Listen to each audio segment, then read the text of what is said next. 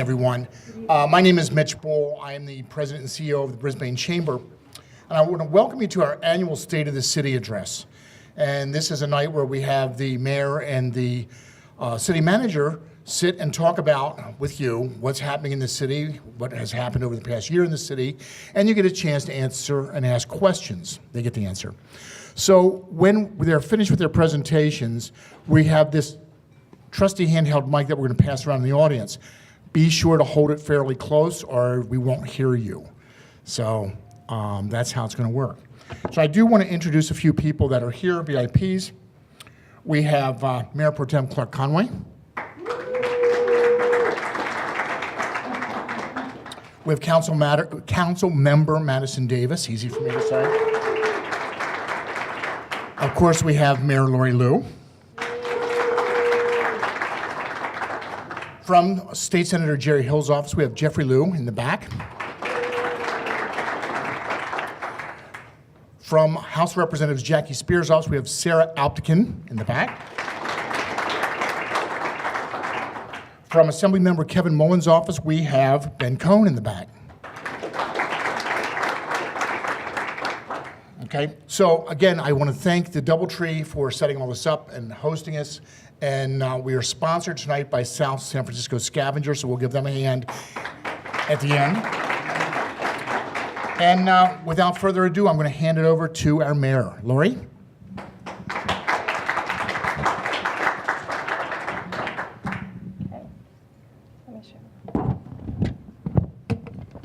Bear with us as we set up the mic.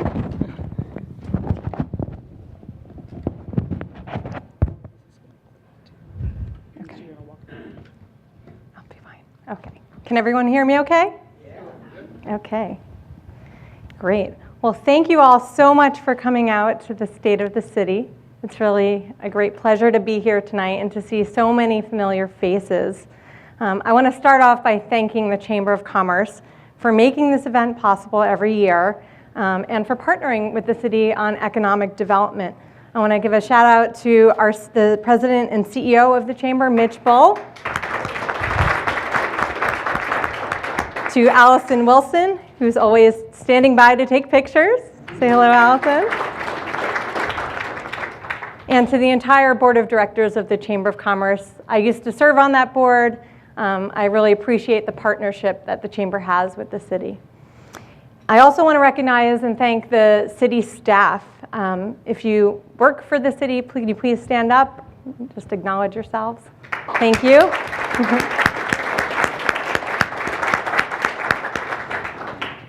And we have a wonderful city staff. A lot of people have been there for a long time. A lot of people who work for the city live in Brisbane. And of course, we couldn't do it without the support of our Public Works Department, which is always behind the scenes helping us out in times of need.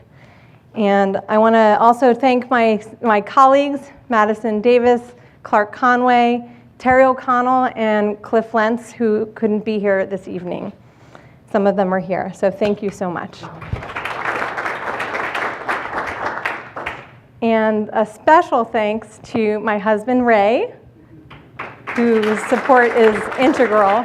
And to my children who are at home, I tried to get them to come, but 5 and 8 years old, they're not too excited about these types of events. My daughter, Samantha, and my son, Noah. It's been just such a pleasure to be able to serve and to help them live in a city that, to make them proud to live here and to serve all the families and all the children of Brisbane. I also want to thank all the commissioners who sit on Parks and Recreation and Planning Commission and Complete Streets and Safety. Their advice to the City Council and their service is really integral to what we do, and we couldn't do it without them. So if you're a commissioner, please stand up. Thank you.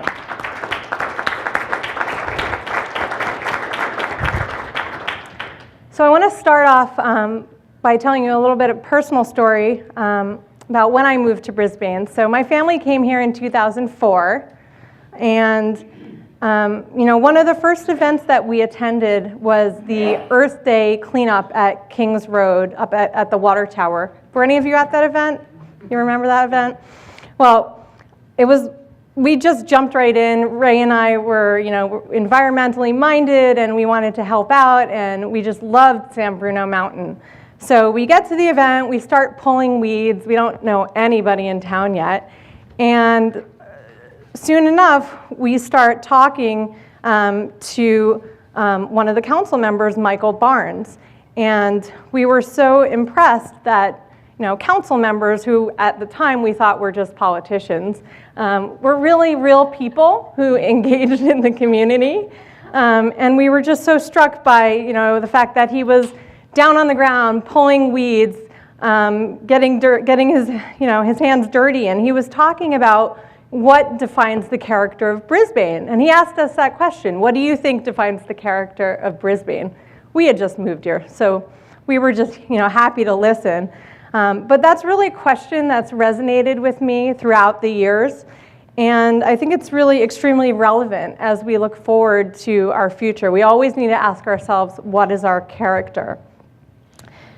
So why did we move here? We moved here because this was really close to the city where we worked, but we felt so far away. As soon as we turned off the 101 and headed south, past the lagoon, the whole sky opened up, and we just felt this sense of relaxation come over us. And we just loved that open space presence, close to nature, being part of a small, tight-knit community, yet near to everything.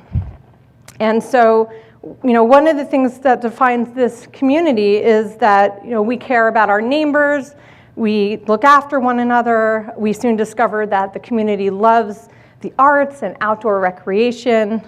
And we're also quirky. We have our own unique characteristics. We have the decoration of the stars. We have the fire hydrant painting. And we're very diverse in many different ways. And so all of this really defines who we are, what our character is, and I think it's important in helping us figure out what do we want our future to be.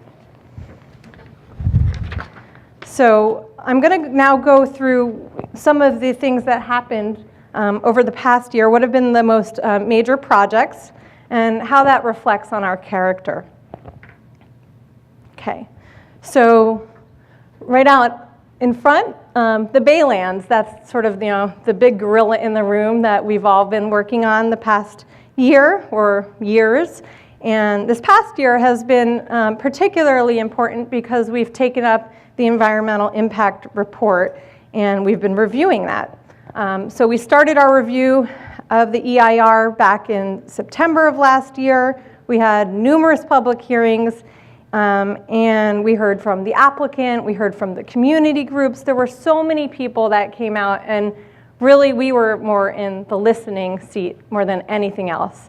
And I was so impressed by how much people really cared about what happens out at the Baylands. And I thought it was a really good lesson in listening. And I just want to, thank everybody who participated in that process, from years past and up and those who got involved recently. And many people have said that this is the most important thing that the council has ever worked on, and I can't agree more. The council has been working on it hard, and right now we are assessing the the legislation that has recently been passed by the state legislature, and we anticipate that we will be taking it up again soon, and we will be looking at it hopefully before the end of my term. No, we will. So that's the Baylands. And then the next project, is the Parkside Plan. So how many of you are familiar with the Parkside Plan? Pretty much most people? Okay, great. So this is a really exciting project because this was the first ever specific plan, which is a planning document that our city has ever done for our city, and it's for the entrance to our town. And what's special about it is that it gives our community the opportunity up front to really envision what we want the entrance to our town to look like. And it also makes it easier for any development to happen, because then real estate developers know what our city's expectations are. So we started off with some workshops, including a pop-up workshop, which was really well attended by over 200 people. How many of you attended that event? Same people, great. So that was really exciting. It was the first time we shut down the street at the entrance to our town. We had I think there was some sort of show for the kids with a pirate, so all the families came out, the library was there. We put down markings on the floor on the streets to show, what would it look like if we had bike paths? What would it look like if we extended the street? Is that a good idea or not? And so that was really successful. And as a result, the Parkside Plan has gone through the process. It was approved with modifications by the Planning Commission most recently, and it's coming to the council very soon. It will be before us in later this month in October, on October 16th. So stay tuned, do come to that meeting, and that's exciting because it'll include 230 additional units of housing right at the entrance to our town or along Park Lane. Really a great place to have an extension of our residential community. And it'll also include the public arts ordinance. So any development that happens will bring more public art to the city as well. The next project I'm really excited about, because I have children, is the new library. And as many of you know, our library is really small and quite old. It dates back from the 70s. So the City Council this past year has been moving forward with a new Brisbane Library, and it's going to include a new community space. It'll have a separate space for the teens and for the children, an outdoor garden area, and thanks to Kevin Fryer, who led the way with our public arts ordinance, we're going to have our first ever public arts installation. It'll be glass coming down from the ceiling at the entrance to the library, and it'll really fit in well with the fabric of our community. And I'm really excited about the library because I think the way that people learn nowadays is different. There's a lot of electronics, electronic applications and maker spaces, and just the way that people approach learning and reading, it's really innovative. And so I'm excited that our library will be able to take advantage of all of that. And with the library, we did receive funding from the county. And also I do want to thank the Friends of the Brisbane Library for taking up the fundraising arm of committing to raise $100,000, which is a lot for a small community like Brisbane. So they'll be organizing events over the next year. That'll be, they had an ice cream social at Mission Blue Center. They had a fundraiser through partnering with Melissa's Taqueria. And so I'm really extremely grateful for the efforts of Friends of the Brisbane Library, and looking forward to more fundraising and community events. And seeing that project unfold, we expect that it will break ground next year and be completed within about a year and a half. Another project that is really exciting and helps define the character of our city is the renovation of the Crocker Park Trail. So right now the Crocker Park Trail is about a 2-mile loop that goes throughout Crocker Park behind the businesses there, and it's kind of gravelly, it's hard to walk on. And so this project will be great because it'll create a new sort of paving that will be easier to use. People will be able to take strollers and ride bikes. It will help connect the Ridge with central Brisbane, so children from the Ridge can potentially walk to school at Littman. This morning, for example, was Walk to School Day, where we walked from the community park up to Brisbane Elementary, but this will be even a longer potential walk, which will be great. And I want to especially thank Councilmember Cliff Lentz for helping secure the funding for this project. We applied for a grant through CCAG, and he was able to help make that happen, and I'm extremely grateful for that. One of the other defining characteristics of our city is our environmental leadership. And over the past year, we've had some actions at the federal level that have really chipped away at some environmental leadership at that level with the Paris Climate Accord. So we were able to really take a stand in that, and we signed a couple of documents that helped with basically saying, we are still in, and we are going to join 372 other cities that are going to say that we're going to still work together to curb global warming. So these documents are not just words, but they really reflect the true commitment of our city in taking a stand to protect the environment. And above all, I think it's really important that with what's going on at the national level, that these efforts show that our voices really still do matter. And our city as well has been recognized for its environmental leadership in receiving a Beacon Award for the second time. This time we got a higher level, which was the Platinum Level Award, which shows that what we're doing at a city level to reduce greenhouse gas emissions.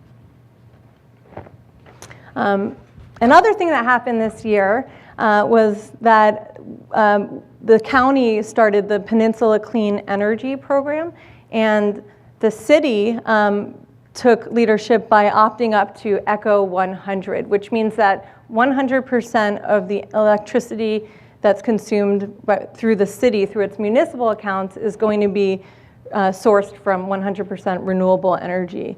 So that's really great, and also the residents and businesses in the city will have the opportunity to opt up as well, and to at least to stay in the program. So I encourage all of you to go on Peninsula Clean Energy's website, opt up to Eco 100, and help do your part. We also have been working, as we have in the past, with the Bay Area Sun Shares program. So that allows residents and businesses to obtain group discounts for solar and for solar panels, and also for electric vehicles. So that's an opportunity that many of us have taken advantage of, and I encourage you to do the same if you haven't yet done so. One other project that we've worked on this year that's been really great for our youth is the Brisbane Skatepark. So as I said, one of our characteristics is that we really like outdoor recreation. And this really was an organic process that came to us through the teenagers in town that said, we need a place, we've outgrown the playground, and the library's too small, and we want to do something outdoors, and we really like skateboarding. So we reached out, and we were awarded a contract to Spawn Ranch, which built an incredible skate park. And there was a fundraising effort through the Mothers of Brisbane, and we had an opening in June of this past year. And one of the most gratifying parts of this process was to watch these teenagers come to our city council meetings and get up and speak. They had never done that before. They were like maybe 10 to 15 years old, and it really showed that what they said made a difference, and now they can use the skate park. So it's really a great asset for our entire community. And also part of our core values includes, as I said, the arts. And we're so fortunate to have Kevin Fryer in our city, who started Live at Mission Blue 13 years ago. And it's a wonderful concert series. If you haven't been, I encourage you to go. And so that's been great for the community. And we were doing such a great job with that. We've had the concerts in the park that happen every year. And I want to thank the sponsors who go to those, who support those. And this year, there were 2 new community events, because we've had so much success and interest in the arts and in music and in recreation. And so 2 of these events, one included the Kite Festival at the marina. You all know out here it's extremely windy. So this was a great event. I attended it with my family, and those kites were flying. It was great. And then the Star City Music Festival, Councilmember Cliff Lentz brought this together, and it was really successful. There were a number of well-known bands from the region, including some local musicians, and everyone had a great time. So we were excited that we were able to provide these offerings to the community. And just this next weekend, we have Day in the Park, so mark your calendars. This is always a great event. We also have the Brisbane Derby, and we'll be awarding the next Volunteer of the Year award, so stay tuned for that. And finally, I want to end with what really makes me most proud about Brisbane is our volunteerism. And this, over the last year or so, we've had two notable projects that just came about from Brisbane residents who wanted to make a difference. The first one was G3. Do any of you know what that stands for? Oh, do we have a gorilla in the room? We do. It's a gorilla guarding gangsters, that's true. Okay. You'll have to tell me sometime how you came up with that name. So the G3 group was a grassroots group of, I think, 9 or so individuals. Now it's bigger. And it was started by Sue Cochran, Dan Carter, as well as other Danette Davis and other Brisbane residents. And basically, if you go along Visitation Avenue, our main street, you may notice there's these flower boxes that are planted, and there's new paint on some of the buildings. And these residents, the G3 group, are doing this out of the goodness of their heart. They're not being compensated for this work. They're just voluntarily asking the local businesses, would you like us to help freshen up your storefronts? So it's just been something that's so wonderful that we can all appreciate. So thank you to G3.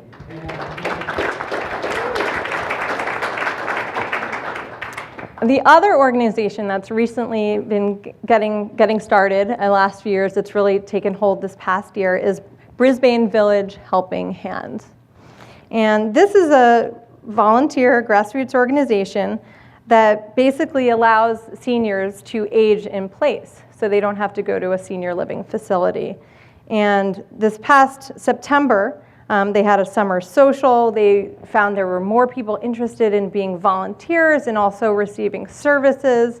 And this has been a great way for people to give back to the community, and for the young people to connect with the old people, for people to be able to stay and live in Brisbane. And so I want to thank Nancy Coleman and the entire Brisbane Village Helping Hands board for taking on this really groundbreaking project. So thank you.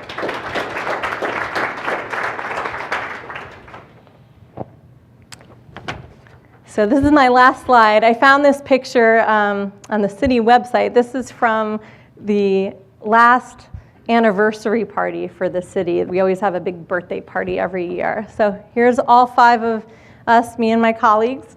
And I want to just end by saying, as I said, what defines our city is our character. And it's made up of the people that tie us all together, including the 5 of us on the city council. And so I want to thank you, my neighbors, my friends, the city staff, my family, for really making it all possible for us to have such a wonderful experience living in Brisbane. And to my colleagues, I want to thank you. We've listened to each other, we've worked together. Sometimes we've agreed to disagree. It's always cordial.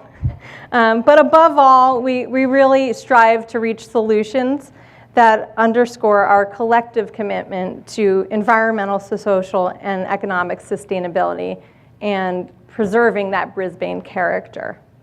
So as many of you know, I'm not running for re-election, and although I won't be sitting at the dais anymore, you will hopefully see me with my hands in the dirt on San Bruno Mountain, pulling weeds and teaching my children to be stewards of our great city.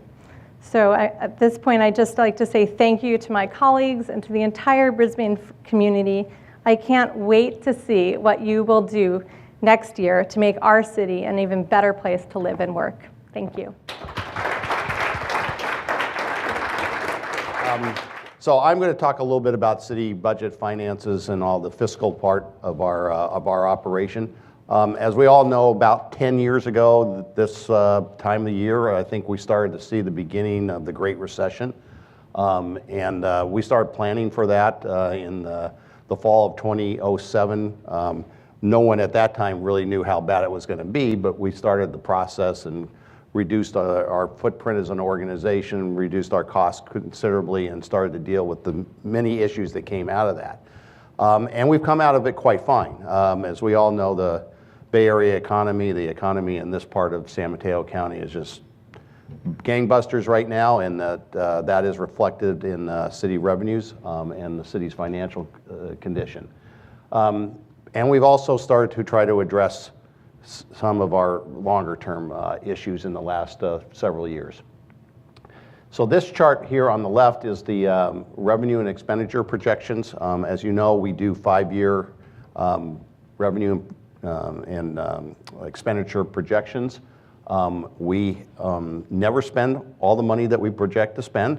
That's number one. And number two, we always budget conservatively in terms of our revenue. So that's why you see that red line that goes a little bit higher than the blue line. That would suggest that you're going to be running deficits. And I'm going to get to a chart here in just a few minutes to kind of show you that in the last several years, we've actually been running surpluses. But a few years ago, we adopted, I would say more than a few years, probably about 15 years ago, we adopted a fund balance policy that we're going to keep at least half of our revenues or half of the cost to run the city in a reserve fund on an annual basis. And that right now would be about $9 million. We're currently running a general fund reserve of about $10 million, so we're a little bit over that. In the last few years, we started saying, well, what are we reserving this money for? Let's get a little more specific about what the purpose of that is.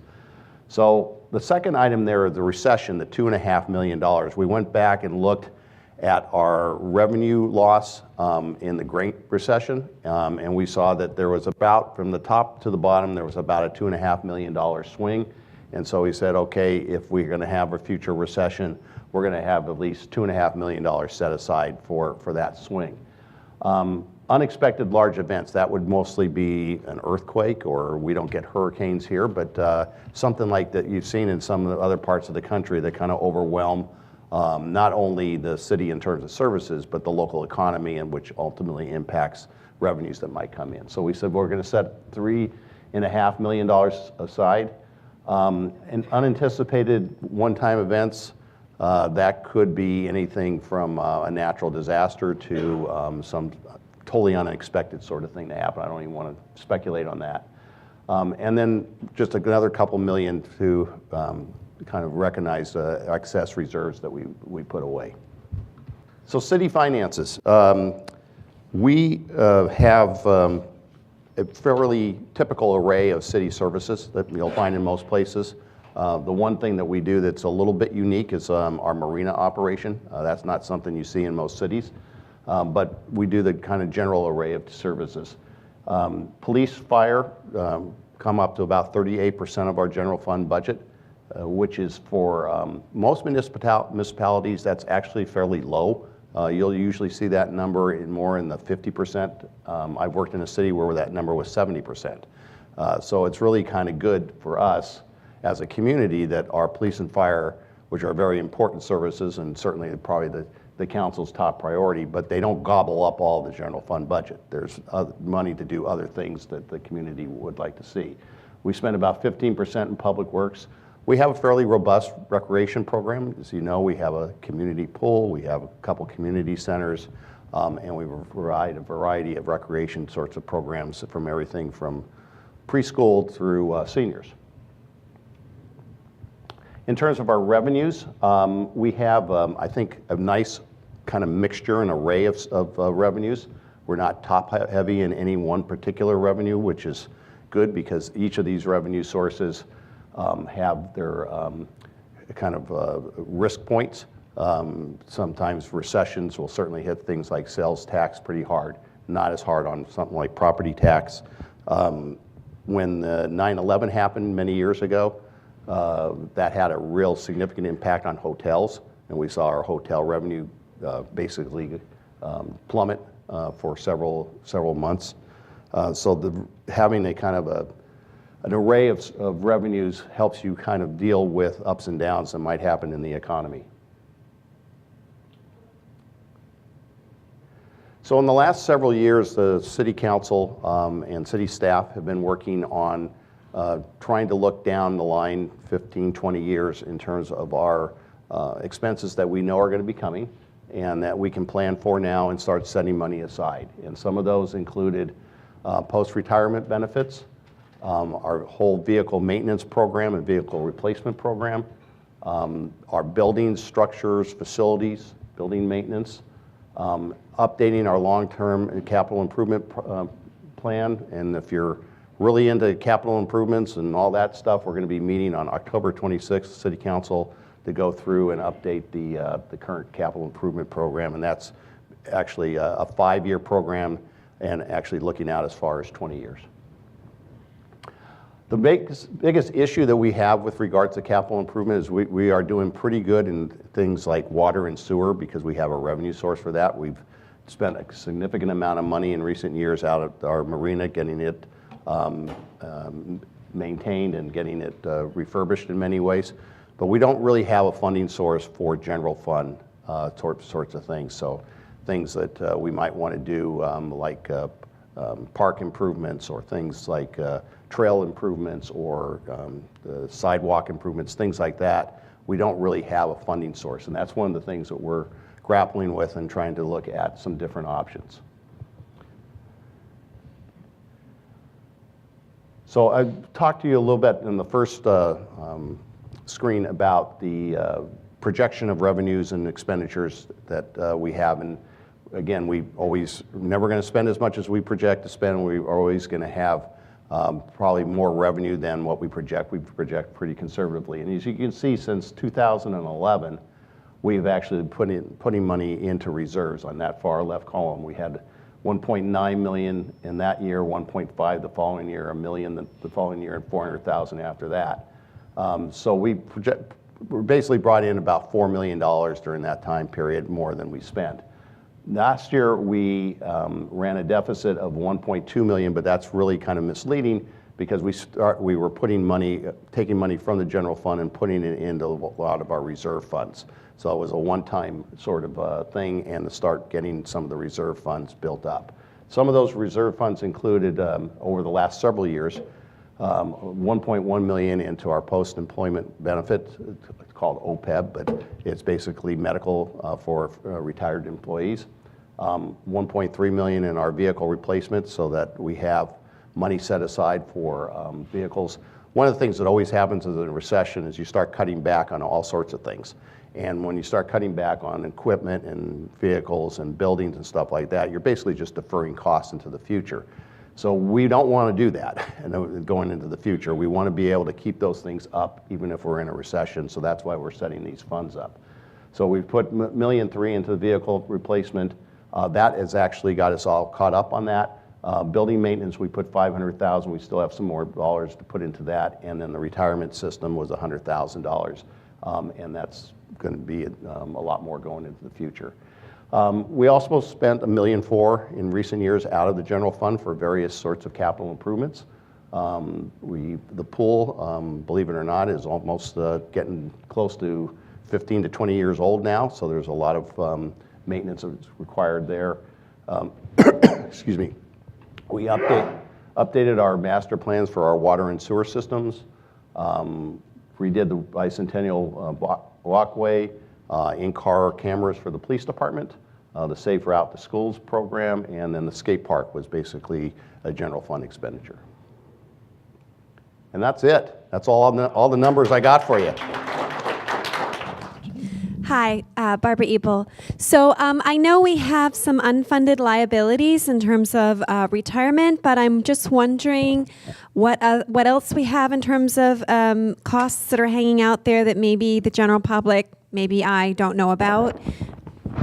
Well, that was basically the list I went through there.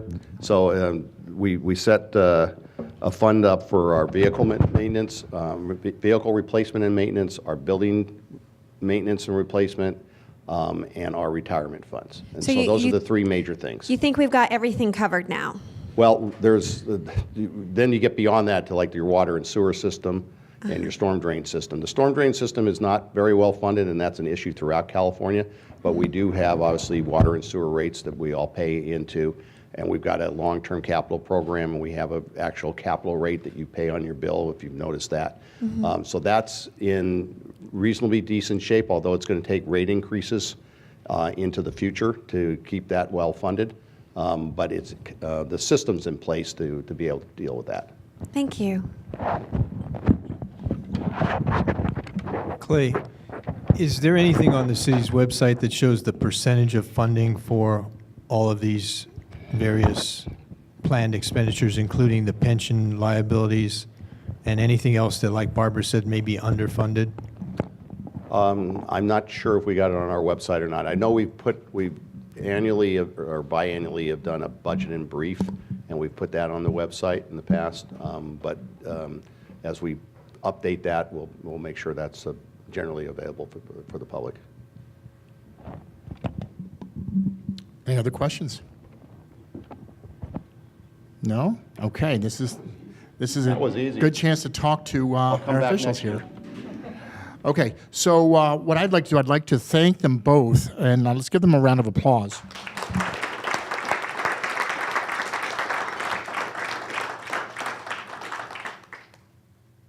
And if I could have Teresa and Paul from South City Scavenger come up. We have a certificate for them, as well as our speakers.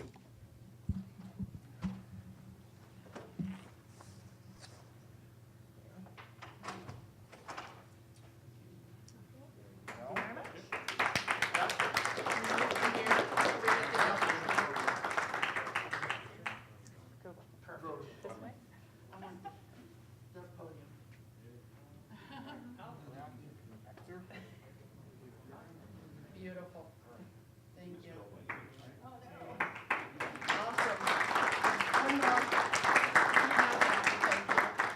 All right, so I want to thank you all for coming.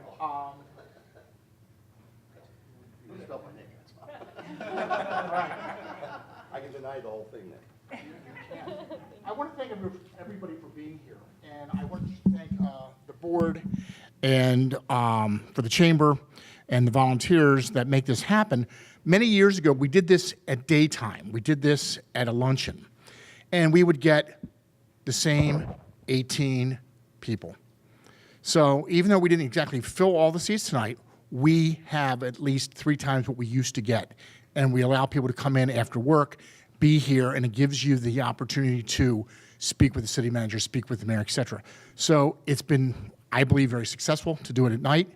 And I want to thank the DoubleTree again, our elected representatives in Redwood City and Sacramento for being here, as well as our mayor, our city manager, our council that are here, and everyone else that Lori already thanked. Again, thank you so much.